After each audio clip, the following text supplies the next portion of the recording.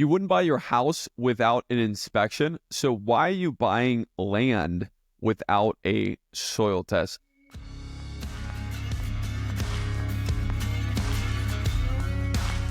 My name is Clay Hepler, and I have a team of 18 and built a 7-figure gross profit business in my second year in land flipping. And today I'm going to tell you about the worst deal I've ever done.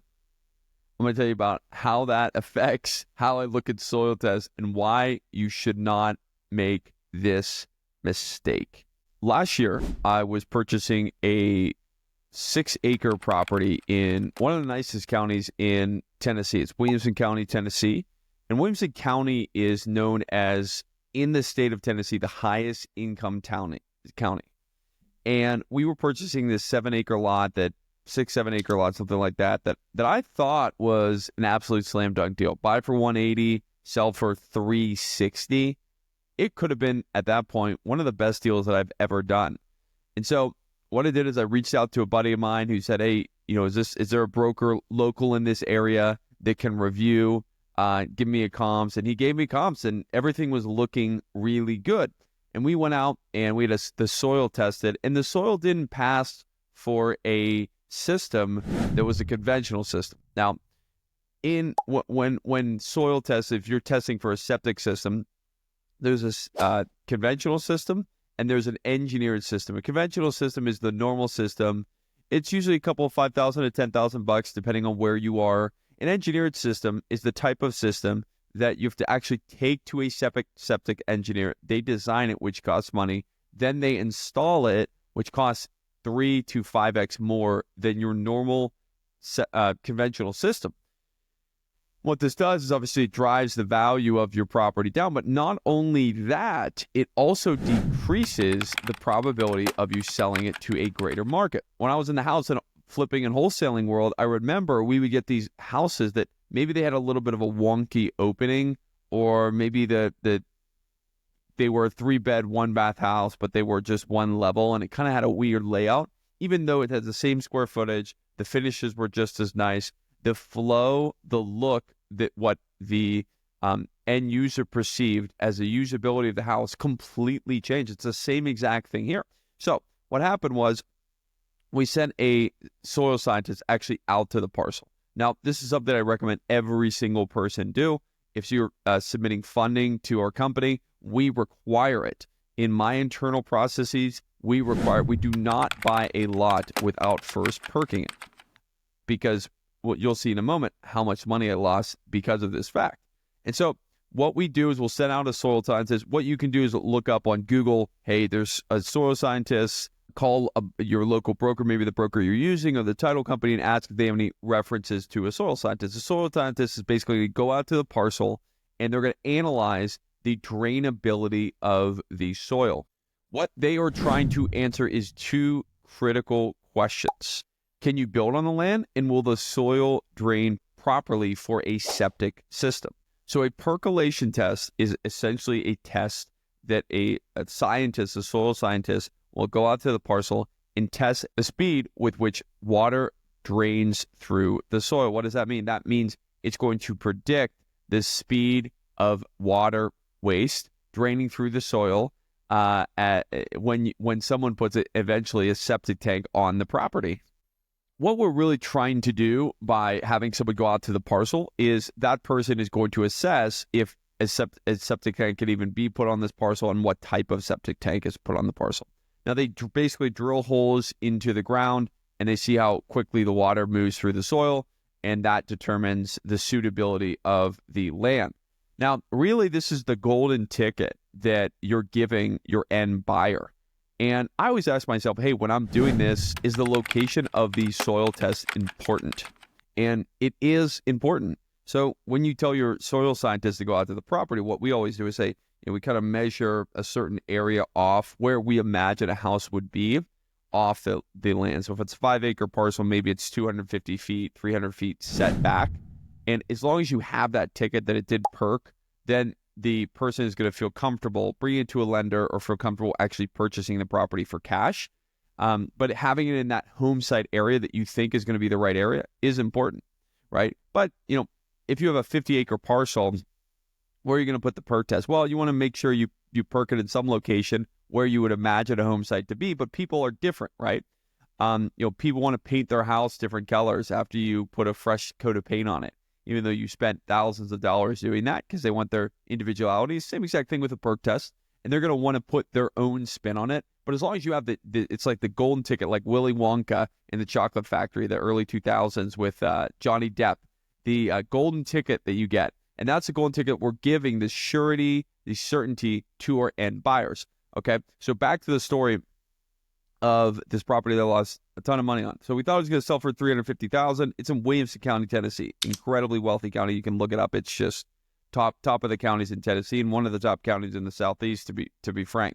So we perked this lot. They have these specific rules and regulations around engineered systems. They kind of restrict the use of these types of engineered systems that we were really looking for. And to be frank, it was partially my fault. I didn't really look into it to the extent that I could have. And I trusted my real estate broker. Bad decision. And he said, hey, this will be fine to put a house on.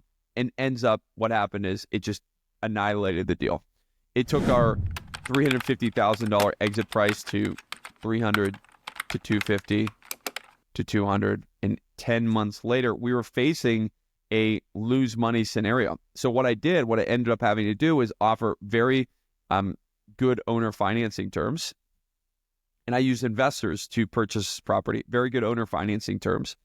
And we ended up selling the mortgage, the owner finance note on the secondary market as soon as we possibly could so we could get liquidity. So we had this, 10% down. It was like $10,000 down, and then the rest, it was like $175,000 of mortgage. And we ended up selling it on the secondary market, took a massive haircut, like $50,000 haircut. And I had to make my investors whole because I screwed up. It was my fault. Even though the broker told me that it would be okay. It's our due diligence. It's completely responsibility of the owner of the company. So from that moment, I got really thoughtful about making sure that every single time that we're perking a lot, that we're making sure that we're getting a perk test, because it sells properties faster. It is your insurance to make sure that it's a property that's suitable to build on. Because if it's not, you just, like, I don't know what this person was going to do with this parcel in Williamson County. Put a pole barn up. It was also a really nice parcel because it did sit on the side of a hill, and then the top of it was like an area that overlooked the local town. But the problem was, like, you have to build a road on top of this property. But for a multi-million-dollar home, that would be amazing. But for this property, because the soil was straight rock, I don't know what these people were going to do. But I'm glad someone found it, and we were able to get out of that mess because it really wasn't that great. So, in other words, if in sum, the perking your lot specifically for rural recreational tracts, it's critical. It's that insurance that you're giving to a buyer. It's also insurance you're giving to yourself, and you're going to raise money. You're going to go submit a deal to a funder, have someone fund 100% of the purchase price. They're going to want to see a perk test on the lot. Now, depending on the funder that you use, they could reimburse you for the perk test.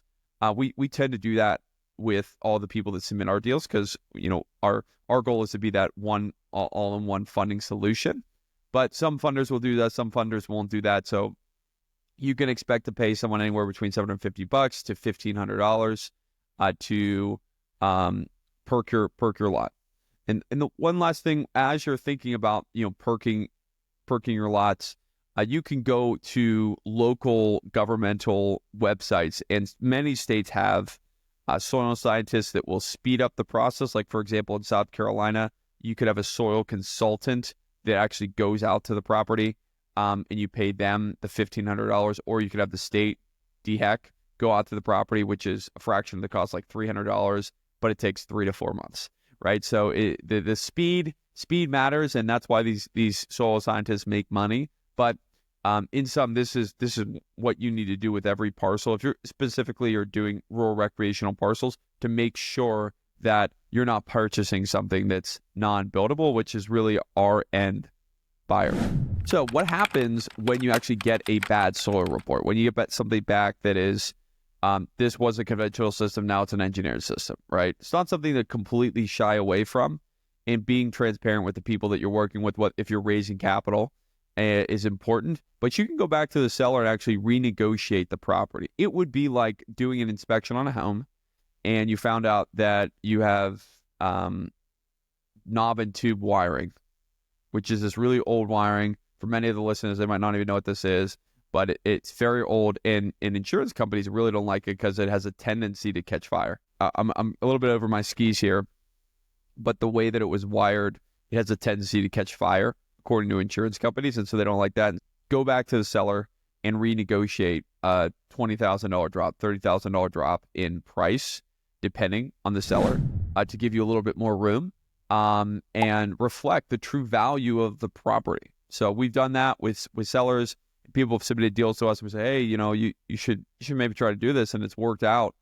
Going back to the seller to reduce the purchase price, to make sure that it's reflecting the true value of the land, because the engineered system, land with engineered system versus conventional system, is distinctly different. And you're going to have to sell the property for 30%, 20% less than what you were anticipating in many cases with an engineered system. So in sum, skipping a soil test and hiring a local soil consultant or someone from the government to come out to the property and test your soil could cost you, in my case, it's cost me, I think it was $60,000 that I had to come out of pocket to make my investors whole and have their profit.